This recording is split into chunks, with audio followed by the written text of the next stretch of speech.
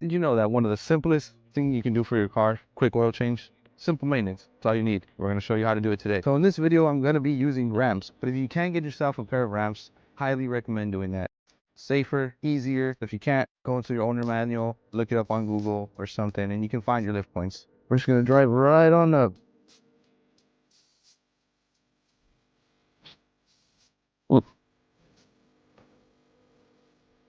What you're going to want to do too is put the parking brake, or if not, you want to chuck behind the rear wheels. I suggest not driving the car, and if you do, wait about an hour or so, just so you're not messing with hot oil. Locate the oil filler. Mine is up top right here. You want to loosen that up before you get anything done, just so that it's a little easier for the oil to flow down. And if you're lucky enough to drive a Subaru like I do, you're going to want to not necessarily take it off, but loosen it. Again, just to release all the oil so that it drains completely. Go under your vehicle and find your drain plug. So usually the drain plug is located underneath the engine. So that's mine right there. A lot of times you're going to have these big covers that are going to cover everything. You might have to take it off. In this case, I got lucky. I don't have to. Next, you're going to want to get yourself a ratchet or a wrench. Find the correct size. In my case, it's a 17 millimeter.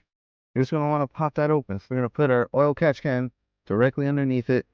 We're just going to let it drain just like that. So now with the oil drained, we're just going to get our drain plug, put it back on. And since my oil filter is up top, don't have to worry about an oil filter down here. Now, drain plug doesn't take much to get tightened. You don't have to over tighten it, or else the next time you do this, it's not going to be fun. You're not going to be able to get it off.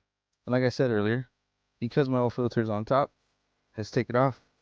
You always want to make sure that the O-ring from your old oil filter is no longer on there. What I mean is this O-ring here. You want to make sure that's stood on the oil filter. So now we get our new one, and with some of that old oil that you got in your catch can here, you're just going to want to dab it up so that it's not dry when you put it back on. Reason being, because if you do that, from what I've seen, they get stuck. Just hand tight. That's all you need, just like the drain plug. I have this molded funnel. It is nice. It does come in handy. Next, you want to get your oil. Mine takes 5.7 quarts of 020 full synthetic motor oil. I am using high mileage just because I am over 100,000 miles on this car now. Fill her up.